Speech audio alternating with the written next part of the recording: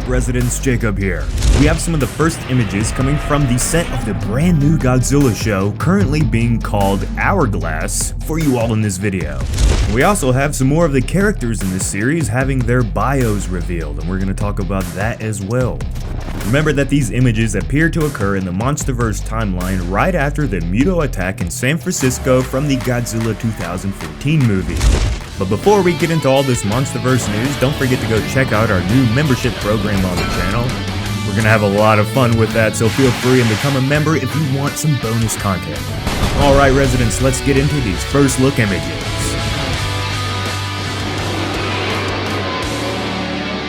So real quick, I want to give a massive shout out to the espionage level of coverage coming from some of these MonsterVerse superfans out in the world, specifically from Godzilla Island and KDM. The first images we are going to look at are what appears to be from a refugee camp set up somewhere in what we believe is supposed to be San Francisco after Godzilla's fight with the Mechados.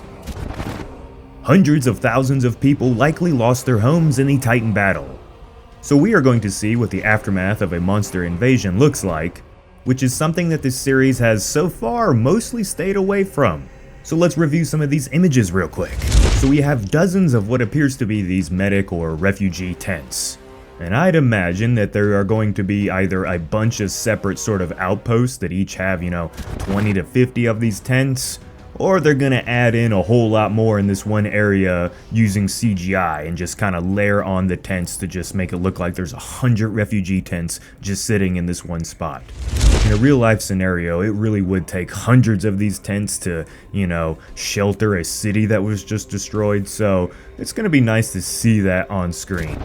I imagine we're gonna get tons of shots of missing people boards like this in the Godzilla TV show. Just imagine all the loved ones, your family, your dogs, your cats, all these, beings that people care about just gone. After a monster invasion, there would probably be thousands of people and dogs and animals and cared ones that would just never be seen again. Because if, a building falls down on top of you, there's just not much to find.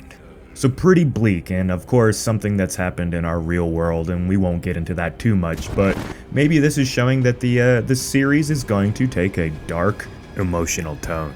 And of course, like any real world event that would happen like this, we have the military or probably, National Guard setting up, helping all the refugees and keeping everything under control. They're there to hand out aid and, make sure everyone's healing properly, but also to ensure hostility stays low during a very stressful time. When someone just lost their entire family, their entire home, everything, they're really prone to do some crazy, dangerous things, so you need the military here in this scenario. And hopefully more of this series has that kind of militaristic vibe. We don't get too much of that in today's, television Hollywood. They've steered away from a lot of military stuff of recent times, so I'm hoping we kind of get that in this show. It'll be nice, but I imagine they're just going to keep being the sort of background human force that we always see playing side by side, usually with like the main handful of lead characters. Residents, remember, if you like these images, make sure to stomp the subscribe button to stay notified when more news like this comes out and you don't miss a thing. So that's what we know about these refugee camp photos and military presence right after the Titans attacked. But let's get into taking a look at what is likely some of the show's lead characters having some sort of emotional conversation. This is the character Kate that we talked about in this video here if you want to go get the full rundown on her. But she is shown in these images speaking to a middle-aged man who is likely a member of her family, possibly her father, or maybe uncle, cousin, Her character bio described that her family had some secrets when it came to the Titans and Monarch. So this interaction from the set photos is almost exactly what is being shown here. Kate is probably in the early stages of figuring out her family's big MonsterVerse mystery, and there is a good chance that she confronted the man about it, which he then acted upset about and they had their quick falling out. The two actors apparently filmed a scene where the two share a friendly hug, but then the conversation must have taken a drastic change as it's reported that the man then angrily leaves the interaction, leaving Kate standing there like she was troubled over what they discussed.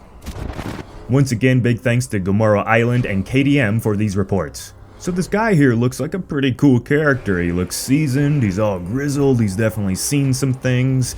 Now his phone being out like that and his little man purse merce that he's got going on proves that he's down for business. And so he's definitely probably in the midst of figuring out some, high-level espionage level stuff when he's interacted with this young lady here. So this no doubt would probably be a scene where Kate is trying to, figure out more about her family's past. And this guy here, while he's definitely close to her in some way or another, he's not too happy about it, so we'll just have to wait and see how this all plays out. Now to go along with these shots of the human characters of the new Godzilla show in action, we have the bios for 2 more of the series' lead characters. I'll read them to you now. Eliza is an expert operative, with unwavering confidence in herself and her skills. I believe she works for Monarch, and she's going to help guide her less field-orientated colleague, this guy right here, Tim, who apparently is an office drone at the secret organization Monarch, who dreams of being a secret agent. His overconfidence gets him in trouble in the field, but he is determined not to fail his organization. So I'm gonna be quick and once again point out the obvious in hopes that we can move past it. Yeah, it sounds like the woman is gonna be perfect and a badass, and that the man's gonna be this flawed kind of jackass. Doesn't necessarily mean the show's gonna be super woke, but it's still kind of leaning in a questionable direction. But once again, these sort of, plays with the story can be done well. It just really is down to the director and the showrunners and whoever's vision this is to make it not be, cringy. I'm kind of hoping these two act like Monique and Randy from the Godzilla animated series. Now, a lot of you probably have no idea who I'm talking about, but if you're from my age group of Godzilla fan or older or around there, you'll know that these two characters are fan favorites from that cartoon. Monique's like the badass spy, espionage, martial artist who kicks everyone's ass. And Randy was just like your dude bro who was goofing out, cracking jokes. He was the misfit. He didn't really fit in, but at the end of the day, he ended up getting a crush on Monique. And so therefore, he tried really hard to always be like this badass, like spy guy. So that's kind of what it sounds like. And if they take that route, it'll come across, I think, at least enjoyable for the audience. And I think that would be the best way of doing this instead of, just making the woman, badass, Miss Perfect, and the guy's over here crying every night because he's a failure. Let's hope it's not like that, and it's more like the Godzilla animated series.